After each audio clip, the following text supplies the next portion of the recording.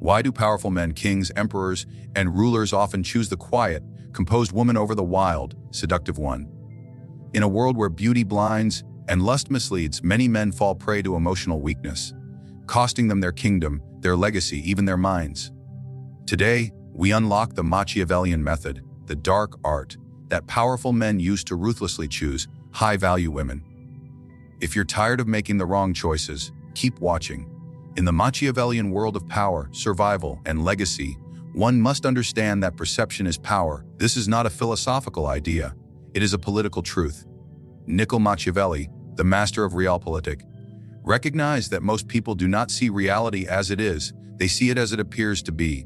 This insight is not just reserved for the corridors of royalty or the back chambers of political negotiation. It extends deeply into the realm of personal relationships, especially when a man chooses a woman with ambition and status in mind. Men of power, or those who seek to become powerful, do not choose partners in the way the common man does. They do not follow their hearts into romantic chaos, nor do they allow lust to blind their strategic vision. Instead, they evaluate a woman the same way they would assess a treaty, an alliance, or a piece of territory, with cold eyes, focused not on how she makes them feel, but on how she will make them look. For in a society governed by optics, one's companion can either be an asset or a liability. When a man walks into a room, the woman beside him is not merely a partner, she is a signal. She signals taste, stability, refinement, discipline, or in some cases instability, recklessness, and vanity. The high-value woman, therefore, is not merely defined by inner virtue, but by her public utility. In this world, virtue must be seen. Loyalty must be recognized. Intelligence must be silent but present. A woman who radiates calm power, grace, and subtle dignity becomes a mirror of the man's vision. She amplifies his brand. She communicates a message he cannot say aloud: that he is in control, that he chooses wisely, that he is not ruled by lust or disorder, but by order, vision, and strength. Consider the empires of the past. Kings did not simply marry for love. They married for consolidation of power, for royal alliances, and for symbolic strength. Even today, in the so-called modern world, powerful men understand that the woman they choose reflects their internal empire. A loud, erratic, attention-seeking woman may attract public curiosity, but she also attracts doubt, controversy, and vulnerability. She becomes a spectacle rather than a sanctuary. And in the Machiavellian framework, any asset that draws unwanted attention becomes a liability. Power moves in silence, and the woman beside the ruler must reflect that same strategic silence. Not passive but poised, not invisible but impeccably composed. The power of perception is that it dictates how others respond to you.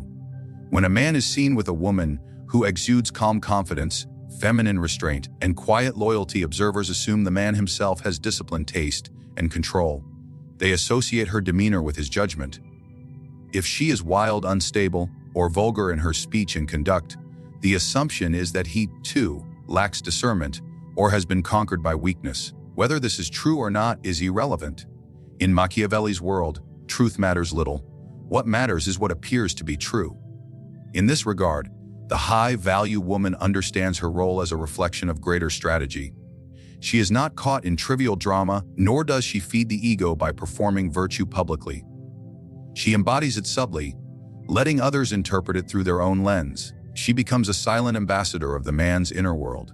Her posture, her speech, her social discretion, all are tools of perception. And for the man who seeks to rule, there is no greater currency than controlled perception. Choosing a woman who understands and embodies this principle is not optional, it is essential. Thus, the Machiavellian man chooses a woman who understands stagecraft, not manipulation for its own sake, but presentation as a form of influence. She is not concerned with impressing the masses with sensuality or drama. She does not chase attention. She commands it by not seeking it. Her elegance is strategic, her silence intentional, her style curated, not to please, but to position. She becomes not merely a companion, but a crafted extension of his power. In the calculations of power, emotion is a weak currency. The Machiavellian man does not build his empire on love, for love is unpredictable, volatile, and prone to decay. He builds on strategy, on purpose, and above all, on utility. A woman's value, then, is not found in how she makes a man feel, but in what she contributes to his grand design. She is not chosen as an ornament, nor a source of fleeting pleasure. She is selected as an extension of a man's larger mission. In this context, high value is synonymous with utility. The modern man, seduced by romantic idealism, has been taught to believe that the highest virtue in a woman lies in her ability to evoke emotion.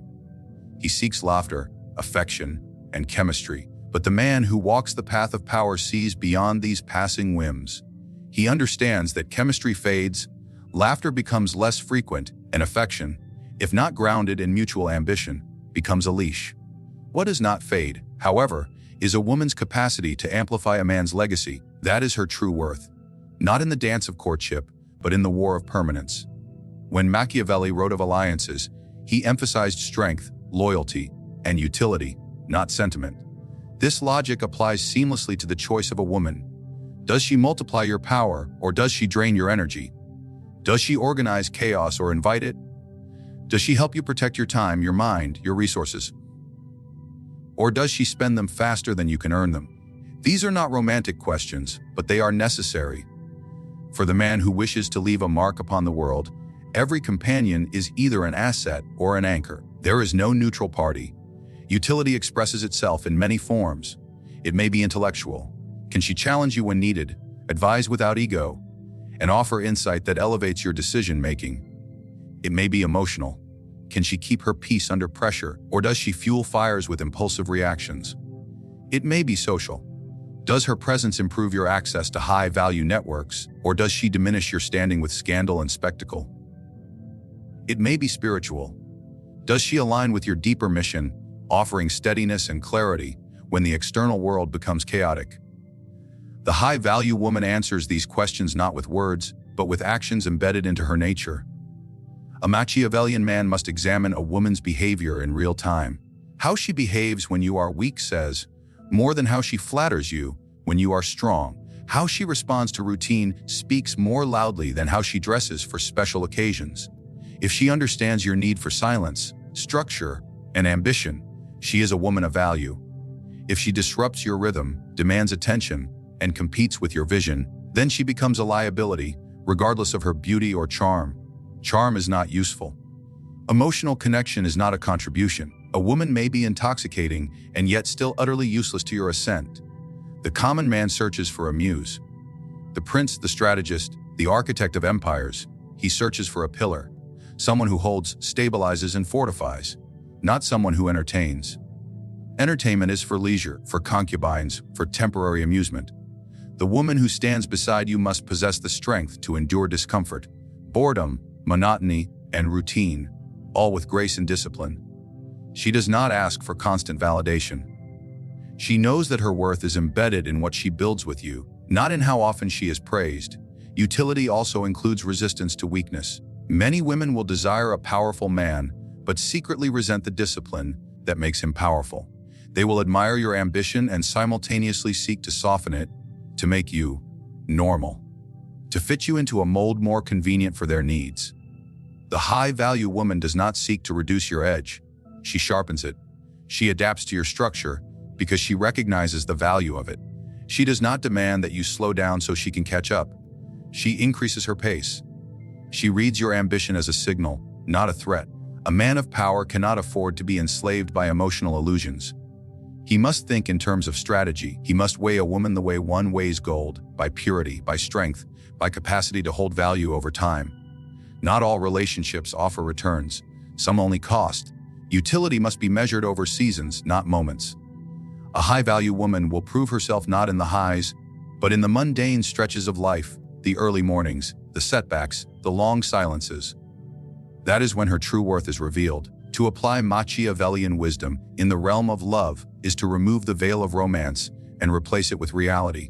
It is to see a woman not only as she presents herself, but as she functions within your life. The grand mistake of the average man is in mistaking sweetness for strength, softness for loyalty, and intensity for compatibility. The man who chooses wisely examines what is functional over what is merely emotional. He calculates risk, reward, endurance, and timing. He understands that the woman he selects will either build with him or consume him. In Machiavellian terms, loyalty is one of the most essential virtues a man demands in a companion.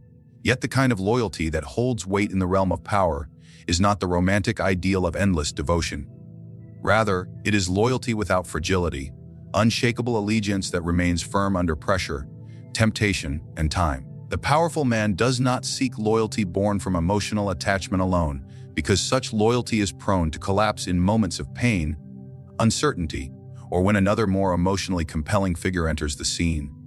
Instead, he seeks loyalty forged through shared purpose and clear hierarchy, an unwavering commitment to the structure, mission, and vision that both individuals serve. The modern world has popularized a vision of loyalty that is sentimental, performative, and often rooted in insecurity.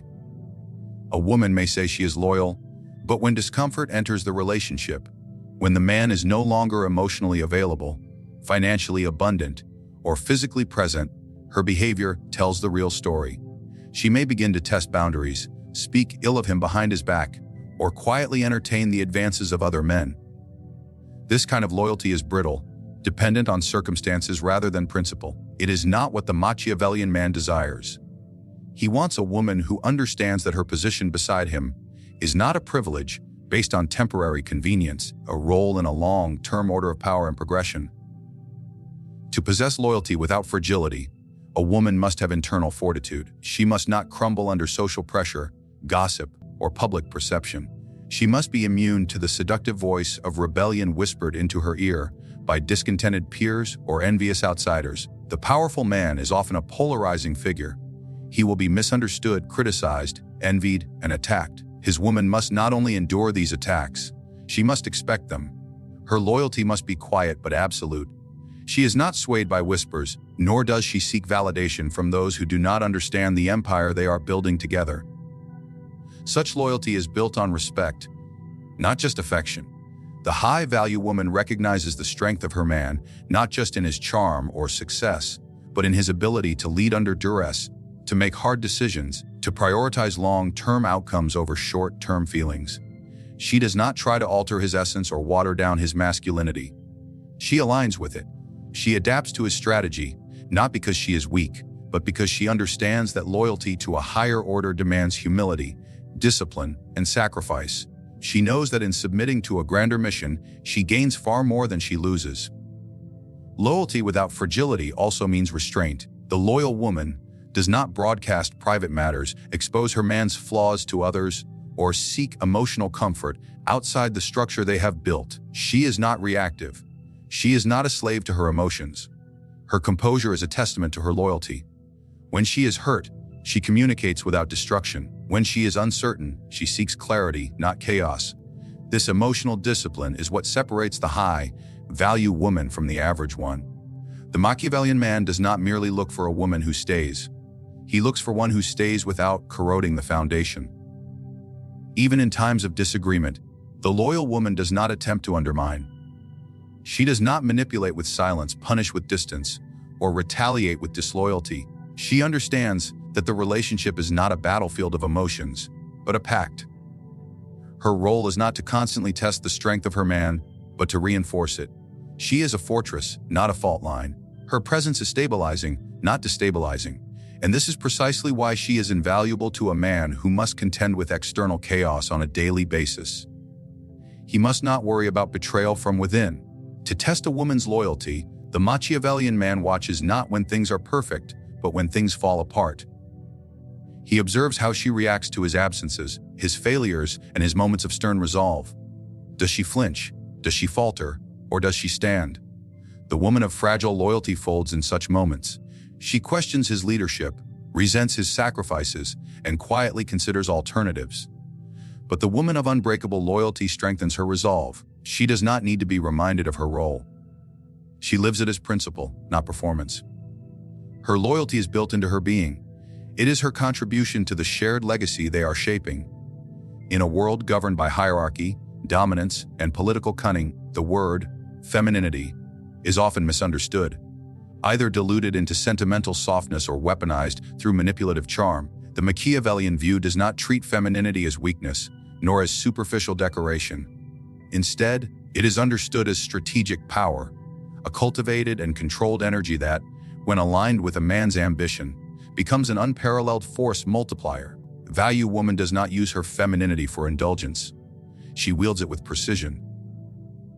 She understands that her softness, intuition, and restraint are not liabilities. They are weapons in disguise, tools to expand influence without ever appearing threatening. Femininity, in its highest form, is not loud, combative, or disruptive. It does not seek to challenge masculine energy head-on, nor does it attempt to mimic male dominance. Instead, it complements, stabilizes, and subtly steers. The Machiavellian man is not looking for a woman who competes with him, but for one who strategically enhances his position. This does not mean passivity. It means understanding role, timing, and influence. A woman who truly grasps her feminine power knows that the most influential move is often silence. The most disarming posture is softness, and the most persuasive message is delivered through grace, not aggression. In political courts of old, queens and concubines did not command armies, but they commanded kings. They did not make laws, but they shaped them through whispers, presence, and subtle redirection. Their value was not simply in beauty, but in composure, tact, and strategic application of their femininity. They knew when to speak and when to remain silent, when to yield and when to resist.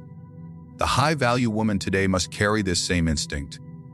Her femininity is not to be flaunted for attention, directed like a current that shapes the tide of a man's decisions and the perception of those who surround him. Femininity as strategic power also requires restraint from emotional volatility. The woman who reacts impulsively, who wears her feelings like banners, who requires constant soothing, she may possess feminine energy, but she lacks control over it. This is not power. It is chaotic. The strategic woman disciplines her inner world. She governs her reactions with poise, maintains dignity in conflict, and understands that emotional outbursts sabotage influence. She moves with intention. Her femininity calms storms instead of creating them. In her presence, the Machiavellian man finds not distraction but clarity. Beauty, too, becomes strategic under this lens. A high-value woman does not seek to seduce the world. She curates her appearance to serve a purpose. She dresses not to provoke, but to position. Her beauty is a message that she values herself, her image, and the mission she stands beside. She does not rely on overexposure to gain influence. She leaves much to the imagination, knowing that mystique breeds desire and restraint commands respect. She embodies refinement, not raw exposure. This is not a performance, it is a code, a disciplined form of expression that signals to the world that she is not for consumption, but for alliance. Femininity also provides the woman with power over time. A woman who understands her cyclical nature, who is not constantly at war with herself, who harmonizes her energy with the rhythm of life. This woman does not age into bitterness. She becomes richer with time. She learns to listen deeply, to sense danger before it appears, to protect the man beside her not by fighting his battles, but by ensuring that he never walks into one blind. Her intuition, often dismissed by men as mystical or irrational, becomes a sixth sense that offers an edge no data or logic can provide. She becomes his oracle, not because she demands that title, but because her presence consistently anticipates outcomes he could not see. There is no need for the high-value woman to loudly announce her power. Her presence announces it for her. She enters a room and does not compete for dominance because she has already mastered her domain. She does not need to overpower the man beside her, she empowers him. Not through submission, but through synchronicity. She amplifies his masculinity by offering its perfect counterbalance. She understands that the greatest kingdoms are not built by brute force alone, but by the harmony of opposites. Strength and softness, vision and intuition, conquest and nurture. In this view, femininity is not subordinate, it is sovereign. It plays a different role, not a lesser one. And when it is directed with wisdom, intention, and grace, it becomes the most subtle, yet enduring form of power. The Machiavellian man does not fear feminine strength. He seeks it out. But only when that strength is refined, disciplined, and aligned with his grand ambition does it become truly high value. In a world where illusion often masquerades as value, the Machiavellian man must see with cold clarity. He does not choose his companion based on fleeting emotion, surface charm, or societal expectation. He chooses with strategy, precision, and a ruthless eye toward legacy. The high-value woman, as revealed through the lens of power, is not simply beautiful or agreeable. She is an asset of enduring worth, She embodies discernment, utility, loyalty without fragility, and femininity wielded with intention. Her presence amplifies the man's purpose. Her mind aligns with his vision. Her conduct fortifies his empire rather than distracting from it. This is the dark art Machiavelli alluded to, not darkness as malevolence, as the disciplined rejection of fantasy, the refusal to be deceived by temporary passion or shallow virtues, the courage to choose what is useful over what is pleasing, what is loyal over what is loud, what is stable over what is seductive. In the final measure, the man who masters this selection does not simply enjoy a relationship, he multiplies his influence. He builds something that no temptation can fracture, no betrayal can infiltrate, and no failure can dissolve. Because he has chosen not with his heart alone, but with his crown in mind. That is how the ruthless choose. That is how power is preserved. And that is how legacies are built.